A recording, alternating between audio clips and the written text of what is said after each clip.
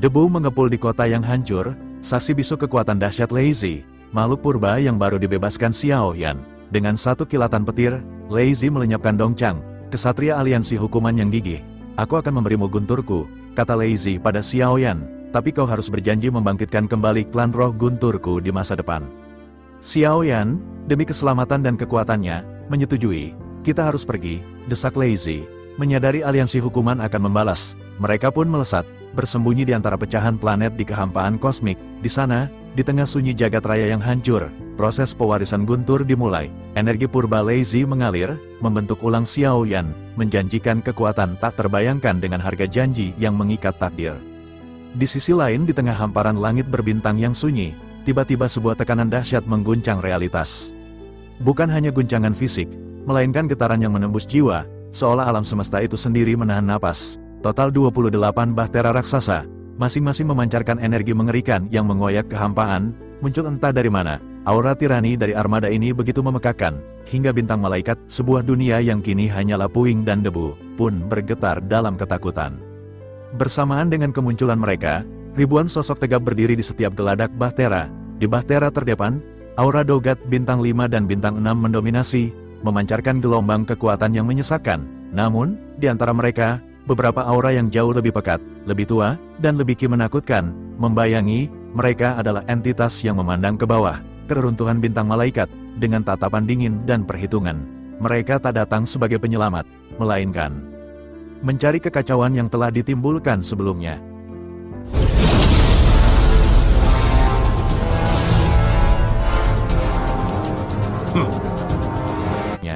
Di tengah kekacauan kosmik ini, Xiao Yan masih tersembunyi, tak terpengaruh, terbenam dalam transnya. Ia terus-menerus menyerap petir, gila-gilaan, seperti wadah tak berdasar yang haus akan kekuatan. Lazy, dengan mata terpejam, menjadi penjaga setia, merasakan setiap fluktuasi energi di sekitar mereka, melindungi dari potensi bahaya yang mengancam.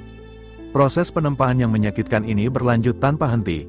Waktu tak lagi berarti bagi Xiao Yan, jam, hari, bulan, seolah lenyap dalam pusaran petir. Perlahan, namun pasti, ratusan tahun telah berlalu. Selama 1 abad lebih ini, Xiao Yan sepenuhnya tenggelam.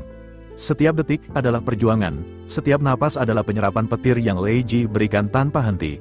Di bawah rentetan penempaan dan pemurnian konstan, tubuh fisiknya berevolusi melampaui batas mortalitas, menjadi benteng yang kokoh, sekuat baja. Yang lebih mengejutkan, lautan bintang di dalam dirinya, pusat kekuatannya, telah berubah drastis. Kini, lautan petir di dalam tubuh Xiao Yan telah mencapai radius 2000 meter, memungkinkannya melancarkan serangan petir dengan jangkauan yang destruktif.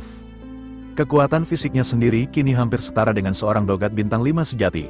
Bahkan jika ia harus berhadapan dengan puncak dogat bintang 4, dengan labu misteriusnya, lebah beracun, dan kekebalan fisiknya, Xiao Yan tak akan mudah dikalahkan, bahkan tanpa menggunakan Dou Qi sekalipun.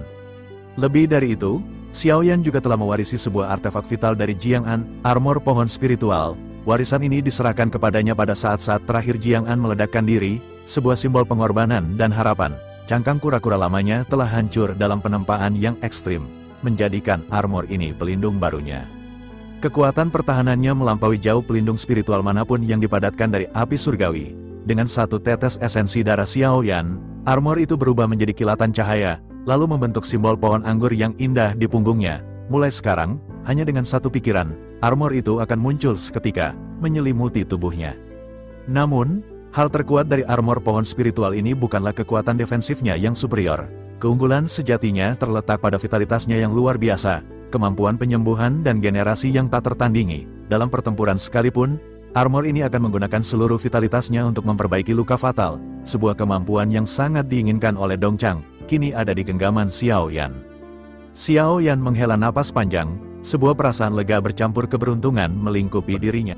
Jeritan ambisi dan kenyataan pahit 100 tahun telah berakhir, dan keheningan di sekitar Xiao Yan hanya pecah oleh denyut petir yang kini menari di dalam nadinya. Lautan guntur di tubuhnya telah mencapai radius 2000 meter, sebuah pencapaian yang fantastis. Setiap kilatan, setiap deru, adalah bukti evolusi tubuh fisiknya yang mengagumkan. Kekuatan Xiao Yan kini sebanding dengan dogat bintang 4 tahap akhir, bahkan puncaknya, sebuah kekuatan mentah yang, untuk sementara, dapat menutupi kekurangan pasokan energi utamanya. Mata Xiao Yan berbinar, memancarkan hasrat yang membakar. Sebuah bisikan keluar dari bibirnya, Dogat Bintang 4, sebuah janji, sebuah kutukan, yang bergema di tengah keheningan alam semesta yang luas. Lei Ji yang sedari tadi diam, sedikit menoleh, seolah menangkap resonansi gumaman itu. Untuk menjadi Dogat Bintang 4, origin Qi yang dibutuhkan sangatlah masif. Lanjut Xiao Yan, nada suaranya berat, seiring dengan peningkatan kekuatan, rintangan semakin besar. Kebutuhan origin Qi untuk terobosan pun meningkat drastis. Ini benar-benar memusingkan di tempat sekering origin Qi ini. Lei Ji akhirnya membuka mulutnya. Suaranya tenang namun mengandung peringatan. Apa kau yakin, Xiao Yan? Bukankah kau tahu, di sini tidak ada origin Qi yang cukup untuk pelatihan? Xiao Yan menghela napas, mengakui kebenaran pahit itu. Ada banyak planet di langit berbintang ini, dan sebagian besar memang memiliki origin Qi. Lanjut Lei Ji menjelaskan. Namun, jika kau ingin dipromosikan ke Dogat Bintang 4, kau harus menemukan banyak planet dengan origin Qi yang melimpah. Xiao Yan merenung sejenak, lalu menatap Lei Ji dengan senyum masam. Apakah di tempat hukuman dewa ini, hampir mustahil bagiku untuk menembus Dogat Bintang 4? Lei Ji menggelengkan kepala. Kemungkinannya masih belum bisa dipastikan. Aku tak bisa menjawabnya dengan pasti karena dunia ini benar-benar sangat kosong. Sumber daya di sini sangat langka. Kecuali kau merampok, mustahil alam akan menciptakan origin Qi untuk diserap. Xiao Yan terdiam, mencerna kata-kata Lei Ji. Karena itu, jika kau ingin menembus dan maju, jawabannya sangat sederhana. Tambah Lei Ji, suaranya kini lebih tegas, bunuh dan rampas harta berharga dari orang yang kau temui.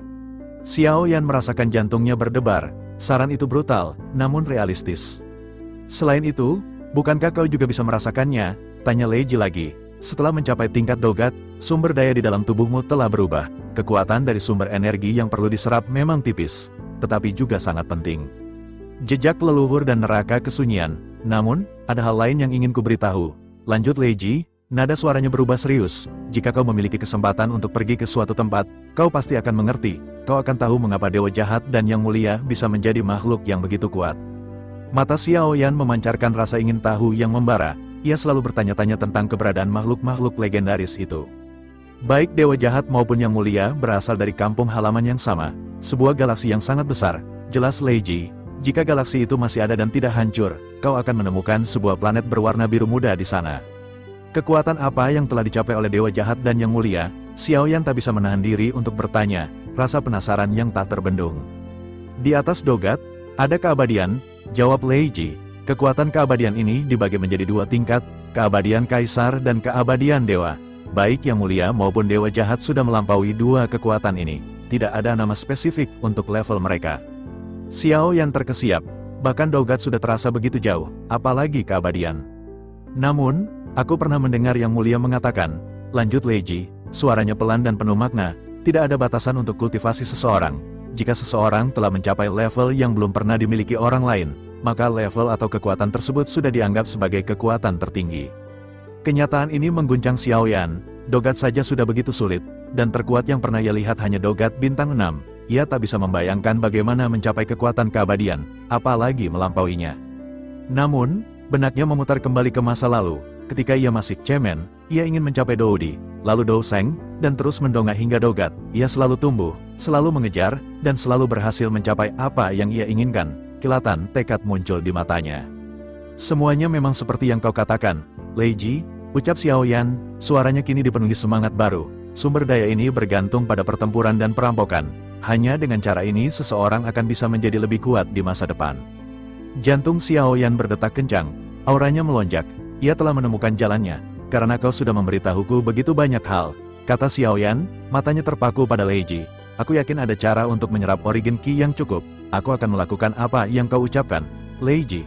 Aku akan menyetujui kesepakatan yang kau ajukan.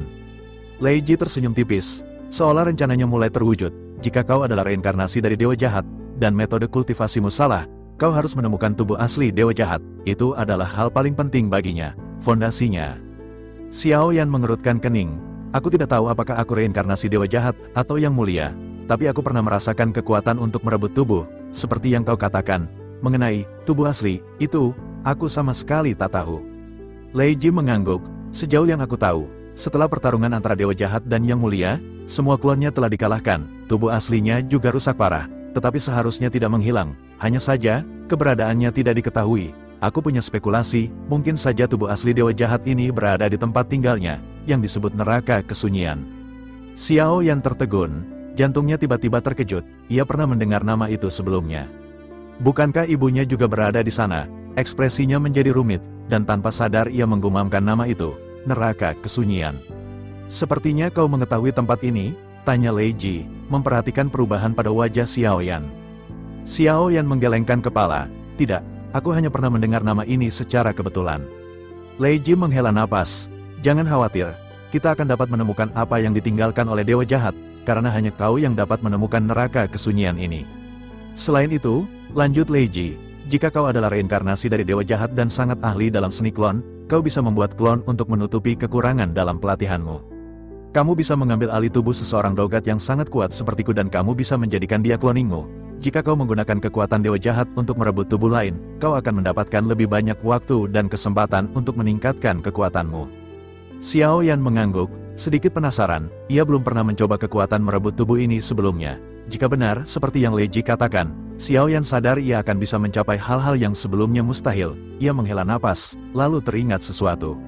Akhirnya setelah melakukan pelatihan ini Xiao Yan pun memutuskan kembali ke Bintang Merah untuk mencari harta-harta setelah kekacauan terjadi karena sekarang 100 tahun berlalu mungkin orang-orang di sana juga telah pada menghilang. Pasti ada benda-benda berharga dari mayat-mayat yang mati di sini. Xiao Yan berniat mencari harta karun dari cincin penyimpanan orang-orang yang tewas, dan ia juga tertarik pada tombak yang ditinggalkan oleh mendiang Dongchang. Xiao Yan segera melesatkan kekuatan spiritualnya.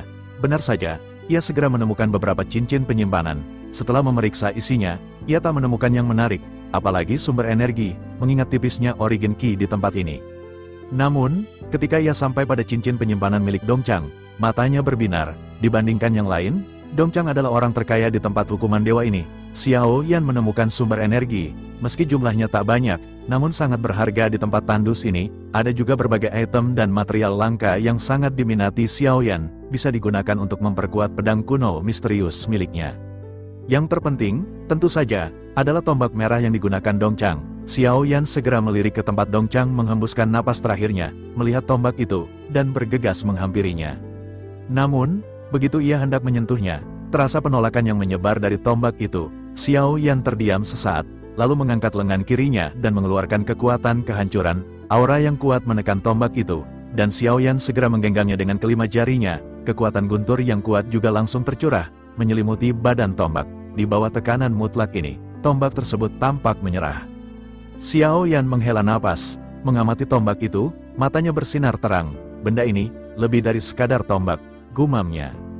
Bersamaan dengan perkataannya, dalam sekejap, tombak merah itu berubah menjadi cairan merah. Cairan ini dengan cepat bergerak di sepanjang lengan Xiao Yan, menutupi lengannya, dan dalam sekejap mata, berubah menjadi sepasang pelindung lengan. Armor lengan merah ini memancarkan cahaya aneh, mengalir dengan simbol burung hantu emas.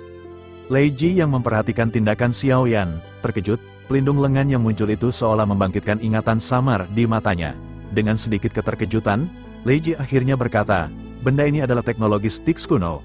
Aku punya beberapa ingatan, meski tidak lengkap, tentang senjata ini. Aku tidak tahu siapa pemilik aslinya, tapi yang kuingat, benda ini cukup mengesankan. Jika saja kau dapat menemukan bagian-bagian lain dari harta karun seperti ini, itu akan sangat kuat. Xiao Yan tersenyum dan menghela napas, petualangannya baru saja dimulai. Lei Ji menatap sekeliling, tatapannya menyapu hamparan kekosongan. Waktu kita hampir habis, ujarnya pada Xiao Yan. Lautan guntur ini tak akan banyak berpengaruh lagi padamu jika terus kau serap. Lebih baik kau mencari beberapa planet. Mungkin, di sana kau akan menemukan klon yang cocok untukmu. Lei Ji menghela napas, 100 tahun itu tak cukup bagi mereka untuk melupakan perubahan di bintang malaikat. Begitu kita keluar, mereka akan tahu. Mereka takkan melupakan insiden itu. Xiao Yan mengangguk, tanpa ragu, sosoknya bergegas pergi, melesat ke atas sebuah meteorit yang mengambang. Lei Ji mengikutinya, sebuah kesepakatan diam terjalin di antara mereka. Perjalanan bersama mereka dimulai. Xiao Yan duduk bersila di atas meteorit berukuran 100 meter, menghentakkan kakinya. Perlahan, gumpalan batu raksasa itu melesat, menembus kehampaan. Tanpa tujuan pasti di dunia yang aneh ini, Xiao Yan hanya duduk bersila, matanya terpejam, tenggelam dalam pikirannya. Tombak merah yang kini menjadi pelindung lengannya memancarkan aura samar di sisinya. Ia merenungkan kemungkinan terjebak di tempat ini, sebuah pemikiran yang menggelayuti benaknya. 10 tahun berlalu begitu saja, dalam keheningan yang tiba-tiba, Di hadapan Xiaoyan, sebuah bahtera bobrok muncul dari kehampaan. Bahtera itu mengambang tak tentu arah, geladaknya dipenuhi lusinan pria kurus. Mereka bagaikan bayangan. Sebagian besar hanyalah dogat bintang 1 atau 2, dengan origin ki yang menipis di tubuh mereka, nyaris tak mampu menjaga bahtera itu tetap melayang. Hanya 2 dogat bintang 3, dengan sisa kekuatan yang lebih besar, duduk bersila di haluan, menjadi kemudi satu-satunya. Di belakang mereka, sesosok pria gemuk terbaring malas di tempat tidur besar, matanya menyipit malas. Pria gemuk itu, dengan indera tajamnya, merasakan kehadiran Xiaoyan yang samar. Ada yang tidak beres dengan orang ini, gumamnya, suaranya serak dan bergetar, seolah jarang digunakan. Sebaiknya kita jangan pedulikan dia. Kita harus bergegas. Ini pesta ulang tahun Dewa Besar Bintang Laut Barat, kita tak boleh terlambat. 2 dogat bintang 3 di depannya mengangguk patuh, tak berani membantah. Xiaoyan tidak ingin terlibat, ia tetap tenang, berniat melaju lurus. Namun, takdir memiliki rencana lain. Perlahan tapi pasti, bahtera bobrok itu dan meteorit tempat Xiaoyan berdiri semakin mendekat, sebuah perjumpaan yang tak terhindarkan. Pada saat yang bersamaan, seolah digerakkan oleh denyutan kosmik, cahaya giok yang mereka bawa bersinar. Kilatan merah itu juga memancar dari pria gemuk yang sebelumnya tertidur. Kemunculan ketiga cahaya merah itu begitu mendadak, membuat mereka bertiga terkesiap. Ekspresi pria gemuk itu berubah drastis. Matanya yang tadi menyipit malas kini terbuka tajam, menyorot lurus ke arah Xiaoyan. Dari balik lengan jubahnya, pria gemuk itu mengeluarkan sesuatu yang memancarkan cahaya merah yang sama, sebuah manik transparan, yang kini seolah hidup, memancarkan cahaya merah yang melonjak, berdenyut-denyut dengan kegilaan. Senyum tipis, penuh keserakahan yang dingin, merekah di wajah pria gemuk itu. Setelah 100 tahun lamanya, bisiknya, suaranya mengandung kegembiraan yang mengerikan. Manik pengejar jiwa yang diberikan secara luas oleh para utusan di sebagian besar tempat hukuman dewa, akhirnya bersinar. Mungkinkah ini pria yang diinginkan oleh para utusan tempat hukuman dewa? Tampaknya aku benar-benar sangat beruntung bertemu orang ini. Dengan begitu, aku akan mendapatkan berkah besar setelah menangkapnya. Rupanya, aliansi hukuman dewa telah mengeluarkan sebuah proklamasi berdarah. Siapapun yang dapat membunuh orang yang membuat manik pengejar jiwa ini menyala, dan menghisap jiwanya ke dalam manik tersebut, akan ditawarkan imbalan 5 batu sumber energi yang berisi origin ki yang luar biasa melimpah. Sebuah kekayaan yang tak terbayangkan bagi mereka yang bertahan hidup di tempat hukuman dewa yang keras ini. Pria gemuk itu, yang kini diketahui bernama Kayan, dipenuhi kegembiraan yang meluap hingga ke urat nadinya. Ia segera memerintahkan anak buahnya, suaranya berubah berat dan penuh perintah. Kalian berdua, serang dia, cepat. 2 dogat bintang 3 itu mengangguk kaku. Tanpa basa-basi, mereka melesat ke arah Xiaoyan, seperti panah yang dilepaskan dari busur. Kayan kembali menyeringai, yakin ini akan menjadi pertempuran yang mudah. Ia bisa merasakan aura Xiaoyan hanyalah dogat bintang 3, mudah dihabisi, sangat mudah. Di sisi lain, mata Xiaoyan perlahan terbuka, bukan lagi tatapan tenang yang kosong, melainkan nyala dingin yang membara. Ia telah merasakan 2 serangan itu datang, 2 ancaman kecil yang tak berarti. Tatapannya dingin, terarah pada 2 sosok yang meraung ke arahnya dari kiri dan kanan, mengira dirinya mangsa empuk. Xiaoyan mengangkat kakinya, sebuah gerakan sederhana namun penuh daya. Ia menendang tombak merah-merah yang ia dapatkan sebelumnya. Tombak itu melesat seperti kilatan merah darah, berputar di udara, sebelum akhirnya menghantam tepat ke arah dogat bintang 3 di sebelah kanan. Jeritan melengking yang mengerikan tiba-tiba terdengar, terpotong di tengah jalan sebelum ia sempat melancarkan serangan. Sementara itu, di sebelah kiri, dogat bintang 3 yang lain tiba-tiba merasakan sakit yang hebat di sekujur tubuhnya, seolah ada godam tak terlihat yang menghantamnya. Sosoknya terdiam, lalu terpental mundur sejauh beberapa ratus meter, menabrak meteorit-meteorit kecil sebelum akhirnya berhasil menstabilkan tubuhnya. Pada saat yang bersamaan, matanya membelalak ngeri. Rekannya, yang baru saja melesat penuh amarah, kini telah meledak, tubuhnya berubah menjadi kabut darah merah, menghilang tanpa jejak di tengah kegelapan angkasa. Pemandangan itu, sebuah kematian yang begitu instan dan brutal, membuat hatinya bergetar hebat. Hanya dalam sekejap mata, Xiaoyan telah menghancurkan temannya, dan melukainya dengan parah. Pikiran dogat bintang 3 itu dipenuhi rasa takut yang mencekam. Sebuah pertanyaan mengerikan tiba-tiba melintas di benaknya, menggema di benaknya yang kacau. Mengapa orang ini diinginkan oleh aliansi hukuman dewa? Aliansi itu tidak pernah menjelaskan alasannya, hanya hadiahnya. Namun, setelah melihat apa yang baru saja ditampilkan Xiaoyan, bagaimana mungkin orang yang diinginkan oleh aliansi hukuman dewa adalah orang biasa yang bisa diremehkan? Ketakutan merayapi setiap serat tubuhnya. Wajahnya pucat pasi, ia buru-buru mundur, melesat panik ke arah bahtera. Namun, baru saja ia melangkahkan kakinya, Tiba-tiba sambaran petir biru kemasan muncul di atas kepalanya. Dogat bintang 3 itu mendongak, matanya melebar dalam kengerian, dan pada saat yang bersamaan, petir itu menyambar tubuhnya. Dalam sekejap mata, tubuhnya berubah menjadi busa berdaging, menghilang tanpa jejak, tanpa meninggalkan apapun kecuali bau hangus di udara. Xiaoyan melambaikan tangannya. Sumber energi yang dipancarkan oleh dua dogat bintang 3 yang mati dengan cepat mengembun. Sumber energi ini seketika membentuk pil energi yang muncul di tangan Xiaoyan. Setelah itu, ia mengangkat tatapan dinginnya, mengunci pandang pada sosok pria gemuk, Kayan, yang masih tertegun di atas bahtera. "Mengapa kalian memblokirku tanpa alasan?" Suara Xiaoyan tenang, nyaris seperti bisikan, namun mengandung tekanan yang tak terbantahkan, membelah keheningan angkasa. Mata Kayan bergetar hebat, ia memang menyadari bahwa aura Xiaoyan adalah dogat bintang 3. Tapi apa yang baru saja ia saksikan sungguh melampaui akal sehatnya, membuatnya menciut, seorang dogat bintang 3 dapat menghabisi dua dogat bintang 3 lainnya dalam sekejap mata. Kekuatan seperti itu tidaklah normal. Tentu saja, latar belakang orang ini tidak bisa diremehkan. Jika ia ingin menghabisi Xiaoyan, ia butuh dukungan yang jauh lebih kuat, dukungan yang tidak ia miliki saat ini. Kayan memaksakan senyum permintaan maaf. Wajahnya berubah pucat. "Semuanya salah paham, Tuan, saya benar-benar salah. Ini semua salah saya, Kayan. Oleh karena itu, saya memohon agar Tuan jangan menyalahkan saya. Saya akan pergi dan tidak akan mengganggu Tuan di masa depan." Setelah selesai berbicara, Kayan memalingkan badannya, berniat untuk melarikan diri. Tubuhnya gemetar. Melihat hal tersebut, Xiaoyan segera melangkah maju. Sosoknya dalam sekejap mata sudah berada di atas bahtera, menyingkat jarak yang tak terbayangkan. "Karena kalian semua telah mengambil tindakan," kata Xiaoyan, suaranya dingin membekukan. "Jangan terburu-buru untuk pergi." Xiaoyan kembali maju selangkah, mengangkat lengan kirinya, dan melesatkan tinjunya. Sebuah guntur menggelegar di angkasa, bukan suara biasa, melainkan dentuman kekuatan murni. Ia tidak berniat menggunakan labu harta karun, tombak, lebah beracun, atau bahkan tinju api falesi. Tinju ini murni kekuatan tubuh fisik Xiaoyan yang telah diperkuat oleh ratusan tahun penyerapan guntur. Xiaoyan ingin melihat seberapa kuat tubuh fisiknya berhadapan dengan musuh. Sebuah pengujian murni. Di sisi lain, tubuh Kayan bergetar. Matanya menunjukkan cahaya yang tajam, penuh tekad yang dipaksakan.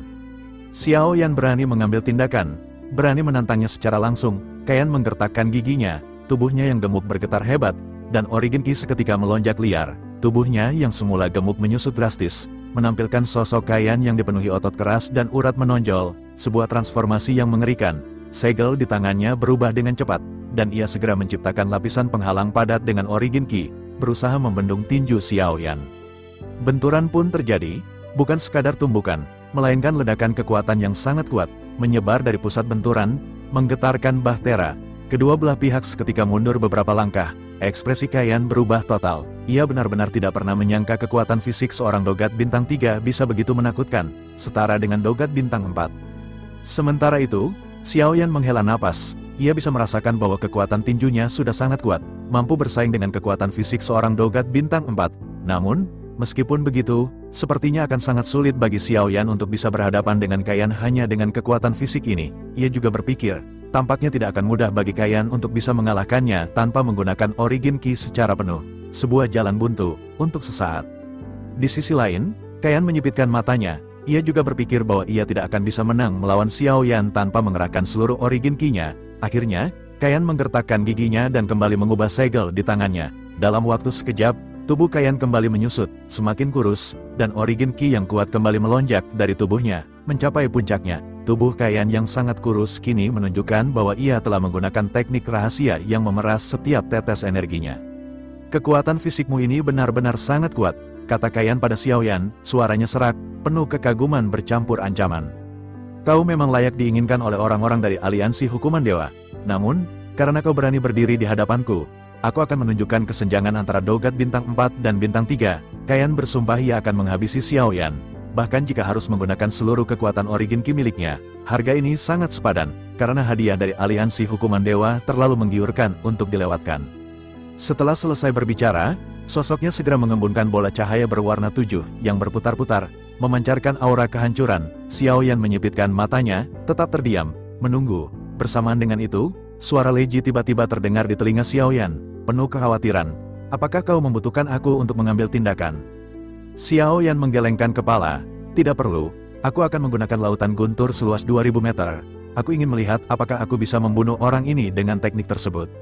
Setelah selesai berbicara, Xiaoyan segera mengangkat tangannya dan menunjuk satu jarinya. Bola petir yang pekat dan berdenyut seketika mengembun di ujung jarinya, memancarkan aura kematian yang dingin. Wajah polos Lei Ji yang selama ini tenang tiba-tiba membeku di kejauhan.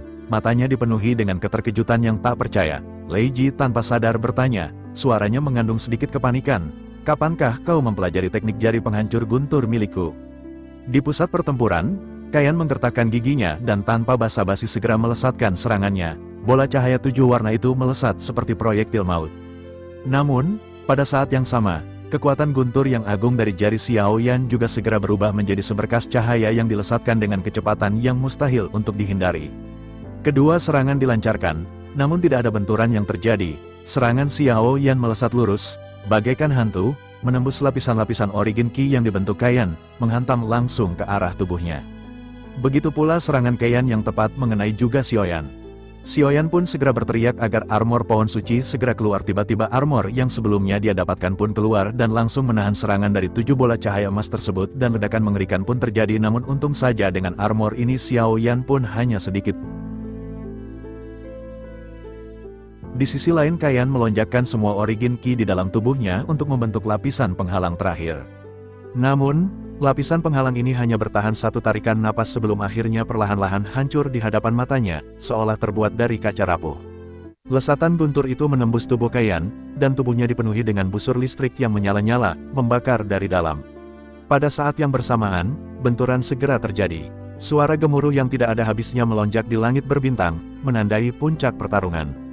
Mata Lei Ji sedikit terfokus pada pusat pertempuran, tertuju pada teknik jari penghancur guntur yang dilesatkan oleh Xiaoyan.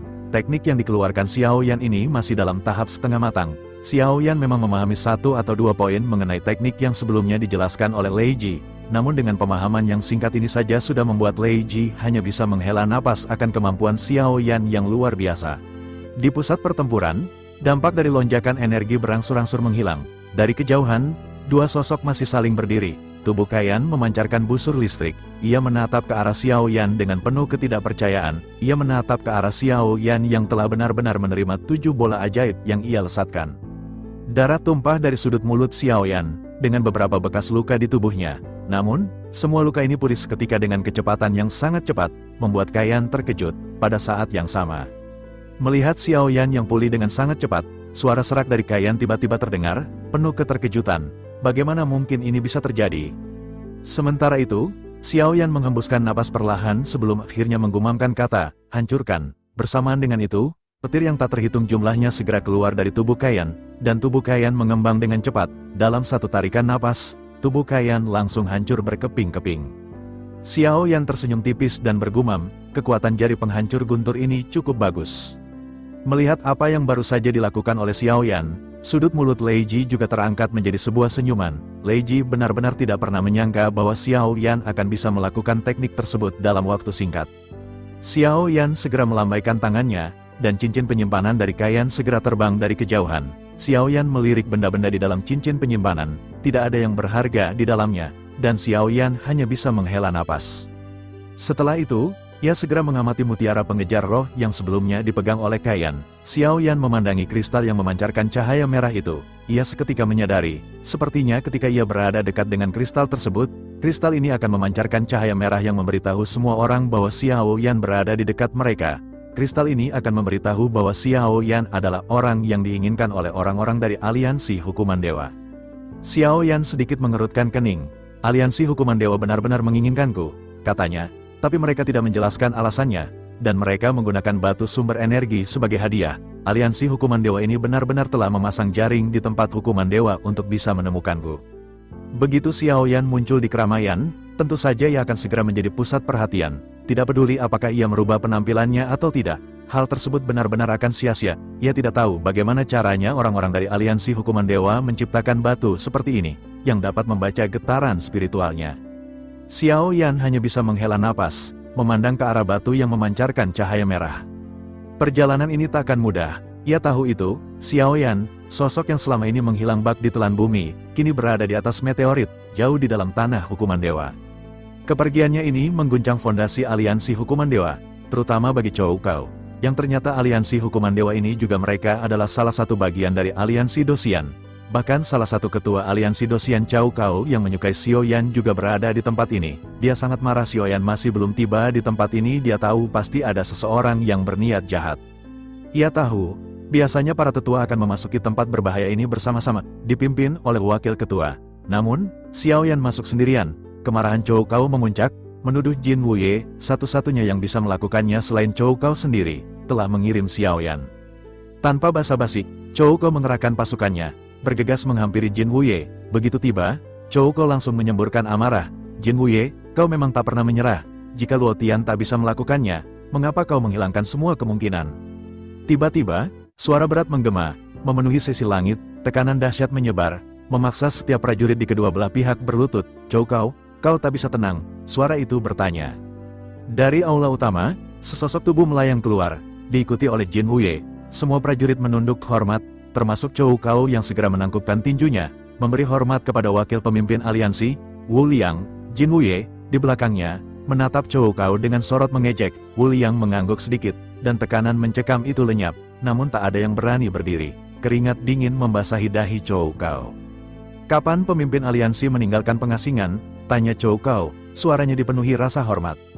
Sosok bermahkota emas dengan jubah naga hitam itu menjawab pelan, baru saja, jika tidak, aku khawatir aliansi ini akan digulingkan olehmu dan Jin Wuye. Ia tahu alasan kemarahan Cao Cao dan juga memahami siapa Xiaoyan. Mengenai Xiaoyan yang ditempatkan di tanah hukuman dewa, itu semua sudah diaturnya. Ia memang bibit yang bagus, tetapi karena ia ingin menggantikan Luo Tian, ia harus menempuh jalan yang sama dengan yang dilalui Luo Tian.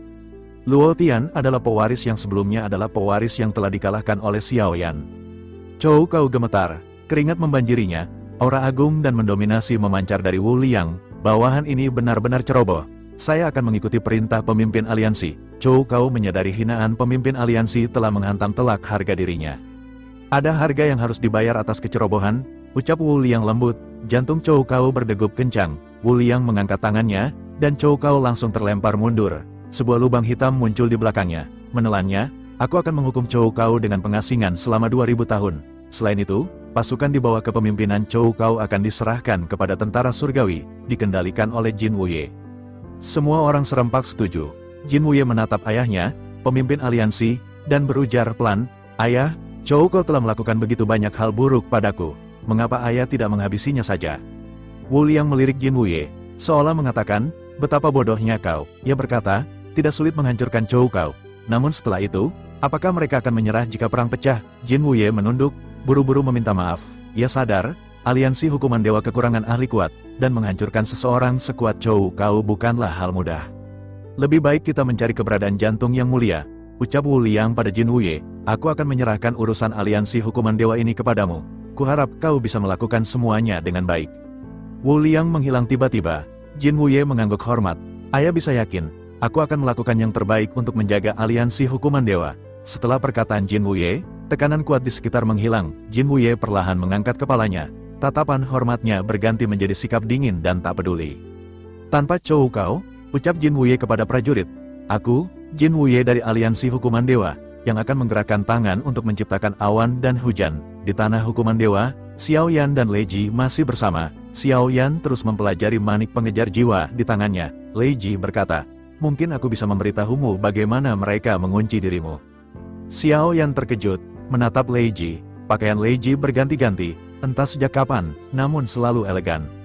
Lei Ji mendekati Xiaoyan, mengambil mutiara itu, dan menghancurkannya. Kabut berdarah muncul, menampilkan gambar seorang lelaki tua berjubah, dengan tanda pedang di antara alisnya, memancarkan aura garang. Di belakangnya, puluhan orang dengan kekuatan dogat bintang 3 hingga 4, serta puluhan ribu pasukan. Di depan lelaki tua itu, ada seorang wanita tua, yang tak lain adalah Simo. Pria tua itu menggunakan ingatan Simo untuk mengenali Xiaoyan. Gambar itu menghilang, Xiaoyan mengerutkan kening. "Pria itu benar-benar menggunakan ingatan orang lain untuk menemukan penampilanmu," jelas Lei Ji. "Ia memadatkan jejak dan aura yang kau tinggalkan di bintang malaikat, membentuk kunci padamu. Ia juga menggunakan cara khusus untuk mengumpulkan sisa energi dan darah di sana, membentuk manik pengejar jiwa ini. Selama berada dalam jangkauan indranya, tidak peduli bagaimana kau mengubah penampilanmu, kau tidak akan bisa bersembunyi. Ini metode yang unik." Xiaoyan merenung. Lei Ji melanjutkan, Perubahan di bintang malaikat membangkitkan banyak orang kuat, menyebabkan keributan di aliansi hukuman dewa. Mereka takut bukan karena aku lolos, tapi bagaimana caranya aku melarikan diri. Dan kau pernah membuka batasan binatang buas di bintang malaikat. Kau lebih mereka perhatikan, dan yang mereka takuti adalah kau telah membuka segel di keningku, seorang penjahat serius. Beruntung aku menggunakan teleportasi untuk meninggalkan bintang malaikat. Kita bersembunyi 100 tahun, mereka tak menemukan petunjuk. Tapi kini kau muncul, dan bertemu dengan beberapa kelompok pemburu. Lei Ji melanjutkan, berdasarkan pemahamanku tentang orang-orang dari aliansi hukuman dewa, manik ini sama sekali bukan manik sederhana. Jika tebakanku benar, keberadaanmu telah diketahui di langit berbintang yang dijaga aliansi hukuman dewa. Dengan begitu, semua orang di sekitar yang memegang manik pengejar jiwa ini akan menyadari posisimu. Xiao Yan mengerutkan kening, membuka telapak tangannya, dan menghancurkan manik pengejar jiwa lainnya yang didapatnya. Matanya dipenuhi niat membunuh. Orang yang benar-benar ingin membunuhku bukanlah tempat hukuman dewa ini. Orang yang mengirimku ke sini yang ingin menghabisiku.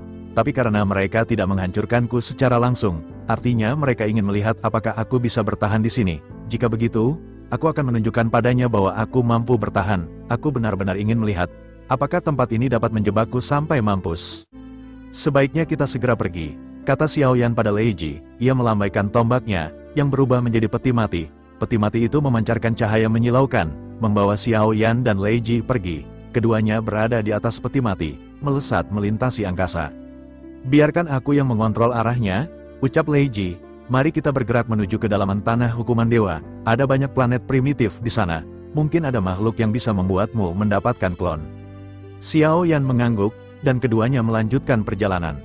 Sementara itu, di tempat Xiao Yan bertempur sebelumnya bersama Kaiyan, banyak dogat bintang 1 dan 2 yang selamat bernapas lega, memutuskan untuk pergi. Namun, momentum kuat tiba-tiba turun dari langit berbintang, sebuah retakan terkoyak, dan sesosok tubuh keluar dari celah. Pria ini berambut acak-acakan, berpenampilan garang, dengan pakaian compang camping, namun aura kuat melonjak dari tubuhnya. Ia memegang manik berwarna darah, menatap ke arah Xiao Yan pergi. Orang itu baru saja di sini, gumamnya. Orang yang dicari aliansi hukuman dewa ini benar-benar memiliki kemampuan melarikan diri dengan sangat cepat. Pada saat yang bersamaan, di seluruh penjuru langit berbintang, semua orang yang memiliki manik pengejar jiwa mengetahui posisi Xiao Yan. Mereka menatap manik-manik, dan sebuah suara bergema. Gambaran Xiao Yan muncul di manik-manik. Bunuh orang ini, ambil jiwanya, masukkan ke dalam mutiara pengejar jiwa, dan kalian akan dihadiahi 5 batu origin ki. Mata semua orang yang memegang manik pengejar jiwa berbinar. Tanpa basa-basi, mereka melesat menuju arah aura Xiao Yan. Ribuan sosok berdiri di atas bahtera yang muncul. Tak lama, 7 bahtera serupa muncul. Di atas meteor, Lei Ji berbisik pada Xiao Yan. Ada 6 dogat bintang 4 di sekitar kita. Lebih dari 30 dogat bintang 3 mengejar, dan itu yang terdekat. Masih banyak lagi di belakang. Xiao Yan terdiam sejenak. Seberapa jauh jarak mereka dari planet terdekat? Sekitar setengah hari, jelas Lei Ji. Di hadapan kita ada planet terdekat, disebut bintang roh air. Di wilayah langit berbintang barat laut ini, planet ini tampak biru, seolah tak ada daratan, tertutup uap air yang megah, dan hampir sepanjang waktu badai melanda.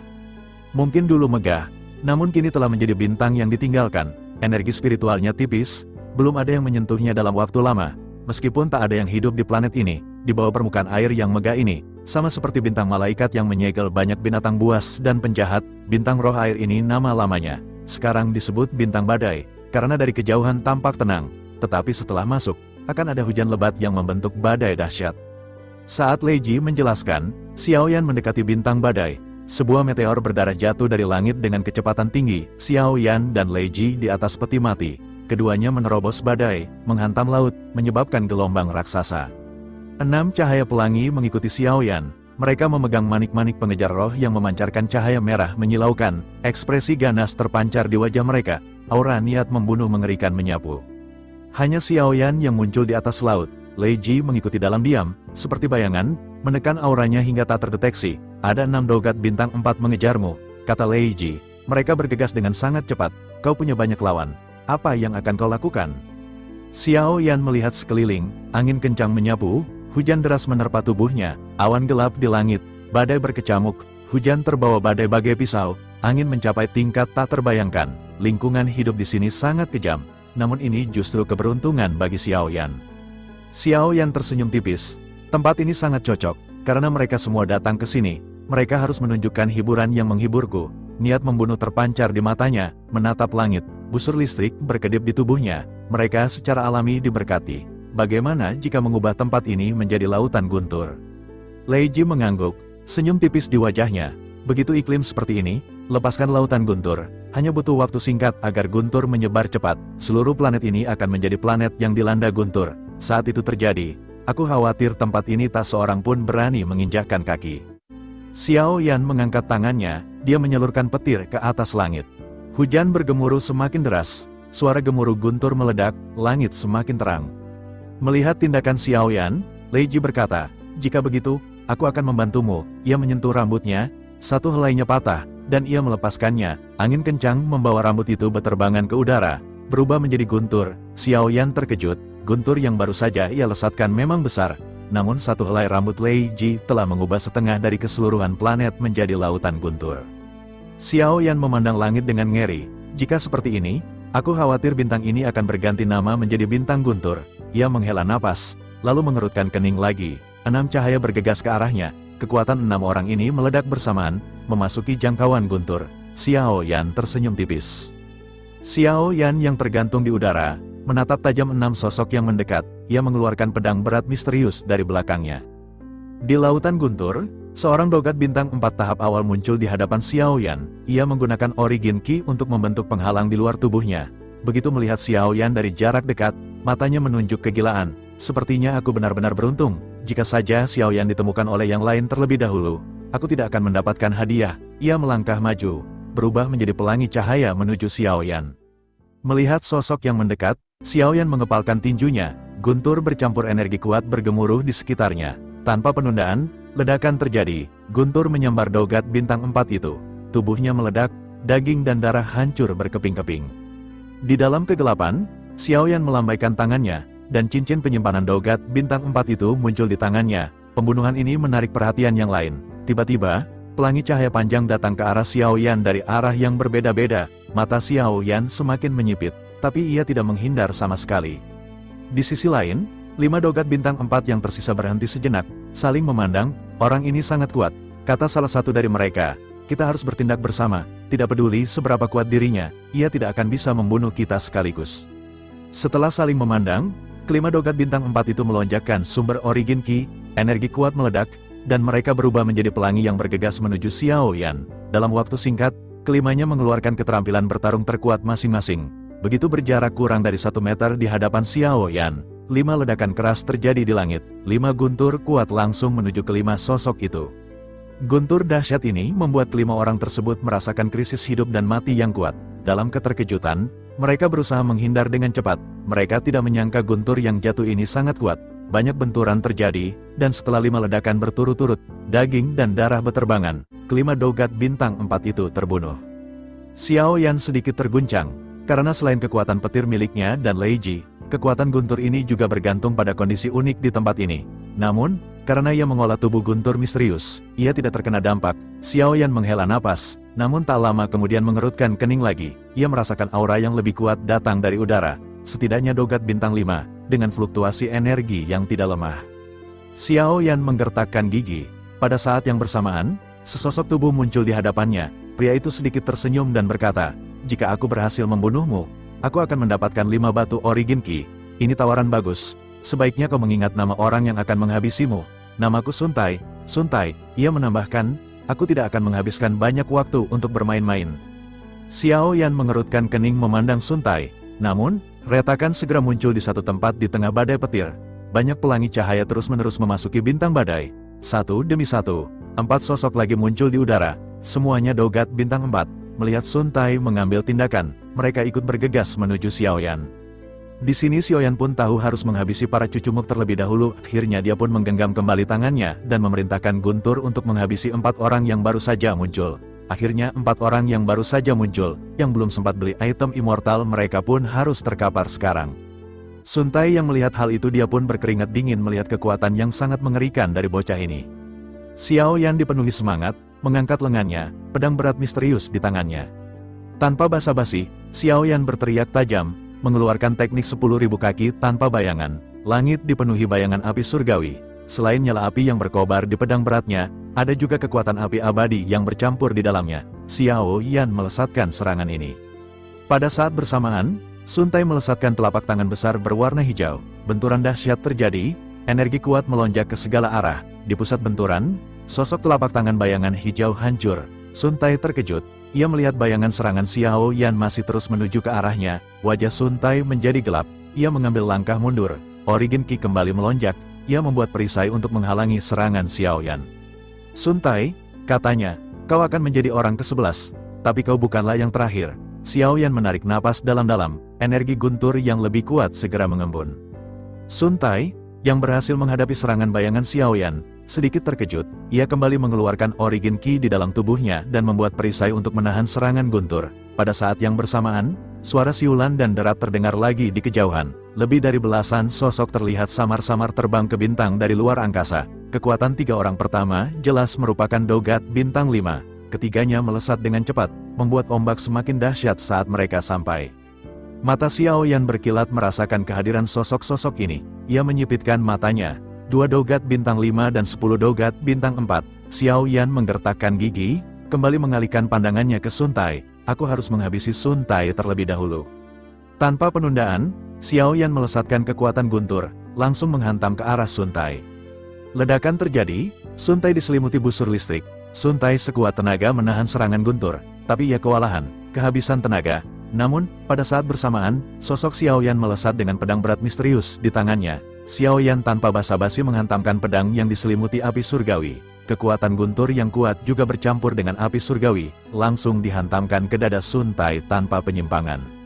Tubuh Sun Tai terlempar mundur, memuntahkan seteguk darah, ia kehilangan vitalitasnya, jatuh pingsan. Selain itu, api abadi juga ditanamkan di tubuh Sun Tai, dan jejak energi mengalir ke tubuh Xiao Yan.